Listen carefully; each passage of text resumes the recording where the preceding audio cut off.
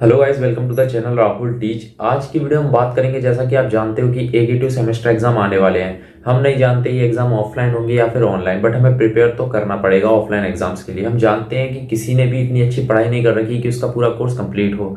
Even मैं अगर आपसे ये भी पूछ लूँ कि आपके कितने सब्जेक्ट्स हैं और उन सब्जेक्ट्स में कितने चैप्टर्स हैं, वो तो आपको क्या पता होगा, क्योंकि मोस्टली 5 चैप्टर्स ही होते हैं। बट उन चैप्टर्स के नाम आपको नहीं पता होंगे, उन यूनिट्स के नाम आपको नहीं पता होंगे। तो कैसे हम प्रिपेयर करें इस लास्ट टाइम में, मैं आपके साथ एक ऐसी स्ट्रेटेजी शेयर करने वाला हूं जो कि मेरा काफ़ी समय पुराना एक्सपीरियंस है। तो वो स्ट्रेटेजी मैं आपके साथ शेयर करूंगा। तो सबसे पहले हमें ये समझना होगा कि हमें स्टार्ट कहाँ से करना है, क्योंकि अब मान लीजिए हमारे पास अगर 10-12 दिन भी रह गए हैं, तो हमें कैसे और कौन से सब्जेक्ट को पहले पढ़ना है। तो सबसे पहले आपको ये समझना होगा, जो तुम्हारा फर्स्ट एग्जाम है 17 तारीख को, मान के चलो अगर आपका जो भी फर्स्ट एग्जाम है उसको आपको 3 दिन के लिए रख देना है। मतलब 3 दिन उसमें घटा देने हैं, जितने भी दिन बचे हैं। अब उन दिनों में आपको बाकी के सब्जेक्ट्स कंप्लीट करने के लिए कोशिश करनी है। अब आप सारे सब्जेक्ट्स तो कंप्लीट नहीं कर सकते, तो आपको वही सब्जेक्ट सबसे पहले उठाना है जो सबसे आपके लिए कठिन हो, जो आपको लगता हो कि हाँ ये मेरे लिए सबसे ज़्यादा कठिन है। और आपको स्टार्टिंग से स्टार्ट करना है, मतलब फर्स्ट चैप्टर से। ना कि आप सोचो कि मैं लास्ट के चैप्टर पहले कर लूँ या फिर मैं थर्ड चैप्टर पहले कर लूँ, नहीं। आपको बल्कि जो टफेस्ट चैप्टर लगता है कि यार ये टफेस्ट यूनिट है, तो उस यूनिट से आपको स्टार्ट करना है। तो मैं आपसे यही बोलूंगा कि फर्स्ट, सेकंड यूनिट, थर्ड, ये तीनों ही यूनिट्स कठिन होती हैं बाकी की लास्ट की 2 यूनिट से। तो आपको इन पहली 3 यूनिट्स को कंप्लीट करना है, हर सब्जेक्ट को जो कि आपको कठिन लगता है। बट अब हम पढ़ें कहाँ से? सबसे मेन चीज़ है कि अब हम पढ़ाई कहाँ से करें। अगर हम पे नोट्स है तो हम नोट्स से पढ़ें, या फिर हम पे बुक्स हैं, हम बुक्स इशू कराएं, लाइब्रेरी से पढ़ें, कैसे पढ़ें। तो एंड टाइम पे आपको किस चीज़ से पढ़ना चाहिए, मैं आपको भी पता है, मुझको भी पता है आपको इस समय क्या करना चाहिए। आपको ज़्यादा बुक्स वगैरह में नहीं जाना चाहिए इस समय पे, और आपको क्वांटम का सहारा लेना पड़ेगा। आपको क्वांटम से पढ़ना है, बट क्वांटम सुनने में ऐसा लगता है कि यार ये तो बहुत ईजी है, चलो क्वांटम से तो हम पढ़ लेंगे। बट क्वांटम इतनी छोटी सी है, क्या दिक्कत है। बट आपको ये दिखने वाली चीज जो इतनी छोटी लग रही है, जो इतनी छोटी है नहीं, इसको पढ़ने में अच्छे अच्छे के पसीने छूट जाते हैं। क्योंकि इसकी जो लैंग्वेज होती है, एक तो वो ऐसी होती है कि वो आपको याद करनी पड़ती है। आपको पढ़ते ही समझ नहीं आती, बस वो आपको याद करनी होती है। तो इसमें भी आपको एक स्ट्रेटेजी यूज करनी होगी कि कैसे हम अपने सिलेबस को कंप्लीट कर दें।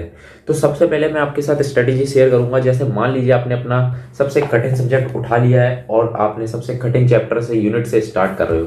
तो मान लीजिए फर्स्ट यूनिट सबसे कठिन है और आपने उससे पढ़ना चालू कर दिया। तो हमें पढ़ना किस तरीके से है? सबसे पहले आपको एक रीडिंग मार लेनी है पूरे, मतलब जैसे कि मान लीजिए जो यूनिट होती है उसमें आपको यहाँ पे पार्ट्स दिए होते हैं। जैसे कि इस यूनिट में 4 पार्ट्स हैं, ठीक है, या फिर 5 पार्ट हैं, या फिर 2 पार्ट हैं, 3 पार्ट हैं, ठीक है। तो 1 बाई 1, जैसे 1 पार्ट में जितने भी क्वेश्चंस हैं उनकी आपको पूरी रीडिंग मार लेनी है। सिर्फ रीडिंग, आपको याद नहीं करना। और आपको लगे कि मुझे याद नहीं हो रहा तो कोई बात नहीं, आपको टेंशन नहीं लेनी है कि मुझे याद नहीं हो रहा, बस आपको रीडिंग ही मार लेनी है। जैसे फर्स्ट क्वेश्चन आपने पढ़ा और उसकी सिर्फ रीडिंग मार ली। मैं अपने एक्सपीरियंस से बता रहा हूँ, इसलिए मैं आपको बता रहा हूँ कि आपको ऐसा ही करना है। बस आपको रीडिंग मार लेनी है। जैसे ही आपके फर्स्ट पार्ट की रीडिंग कंप्लीट हो जाए, तब आपको उन क्वेश्चंस की रीडिंग मारनी है जो कि इंपॉर्टेंट है आपके हिसाब से भी और इस क्वांटम के हिसाब से भी। आपको उन क्वेश्चंस की दोबारा रीडिंग मारनी है, ठीक है। इतना करने के बाद आपको पार्ट 2 पे जाना है, और इसमें भी सेम प्रोसीजर यूज करना है कि आपको सिर्फ पहले रीडिंग मार लेनी है और फिर जो क्वेश्चंस इंपॉर्टेंट है उनको दूसरी बार रीड कर लेना है। ऐसा करते ही आपकी पूरी यूनिट कंप्लीट हो जाएगी। जैसे ही आपकी पूरी यूनिट कंप्लीट हो जाए, तो आपको बस इंपॉर्टेंट क्वेश्चंस को, जो आपको लगता है कि ये इंपॉर्टेंट क्वेश्चन है, उसकी फिर से रीडिंग मान लेनी है। इसमें आपको ज़्यादा टाइम नहीं लगेगा। वो डिपेंड करता है कि आप किस तरीके से पढ़ रहे हो, अपने मोबाइल के साथ पढ़ रहे हो या फिर मोबाइल को साइड रख कर पढ़ रहे हो, ठीक है। अगर आप मोबाइल को साइड रख कर पढ़ोगे तो आपको टाइम नहीं लगेगा। जैसे ही आपकी फर्स्ट यूनिट कंप्लीट हो जाए, आपको सेकंड और थर्ड केवल 3 यूनिट करनी है। ये अपने टारगेट को याद रखना। मैं अपने एक्सपीरियंस के साथ बता रहा हूँ। पूरी करने अगर बैठोगे आप किसी सब्जेक्ट को, तो आप एक बोर हो जाओगे पहली बात उस सब्जेक्ट से, और आपका टाइम भी बर्बाद हो जाएगा। ना ही आप पूरा सब्जेक्ट कर पाओगे और ना ही और सब्जेक्टों को भी बिल्कुल देख पाओगे। क्योंकि इस समय जो हालत है स्टूडेंट्स की, वो ये है कि उनको बिल्कुल नहीं पता कि और सब्जेक्ट्सों में चैप्टर के नाम क्या है, यूनिट्स के नाम क्या है, इवन तो बाकी अंदर के डाटा क्या ही पता होगा। तो बस यही एक स्ट्रेटेजी है कि सबसे पहले आपको अपनी यूनिट्स को पढ़ना है, सिर्फ पढ़ना है, याद नहीं करना। जब स्टार्टिंग की 3 यूनिट्स आपकी हो जाएं, तो आपको वो सब्जेक्ट रख देना है। फिर सेकंड में भी यही प्रोसीजर यूज करना है। पहले पढ़ना है, फिर इंपॉर्टेंट क्वेश्चंस को दूसरी बार पढ़ना है, फिर सेकंड पार्ट पे आ जाना है, फिर सेकंड पार्ट में भी इंपॉर्टेंट क्वेश्चंस को पढ़ना है, और फिर सारे क्वेश्चंस को पढ़ना है, फिर इंपॉर्टेंट को पढ़ना है, और फिर थर्ड पार्ट पे आ जाना है। जितने भी पार्ट हैं कंप्लीट करने के बाद जब आपका पूरा एक यूनिट कंप्लीट हो जाए, तो बस इंपॉर्टेंट क्वेश्चंस को एक बार पढ़ लेना है। आपको इंपॉर्टेंट क्वेश्चंस याद हो जाएंगे और आप उस चैप्टर से कॉन्फिडेंट हो जाओगे कि हाँ यार ये चैप्टर तो मुझे आता है। जैसे ही आप 3 चैप्टर कर लोगे, तो आप अंदर से कॉन्फिडेंट हो जाओगे कि यार ये सब्जेक्ट तो मेरा तैयार हो गया। फिर आप दूसरे सब्जेक्ट पे आना और आप तीसरे, अपने आपने मैं मानता हूं कि ये ना 5 सब्जेक्ट्स होते हैं, 5 से 6 सब्जेक्ट होते हैं, तो उसमें से केवल 3 ही हार्ड होते हैं, बाकी 2 सब्जेक्ट्स इजी होते हैं। तो बस आपको वही 3 सब्जेक्ट पहले तैयार कर लेने हैं। जैसे ही आप वो तैयार कर लोगे आपका कॉन्फिडेंस एकदम हाई हो जाएगा कि यार अब तो मेरा हो गया काम।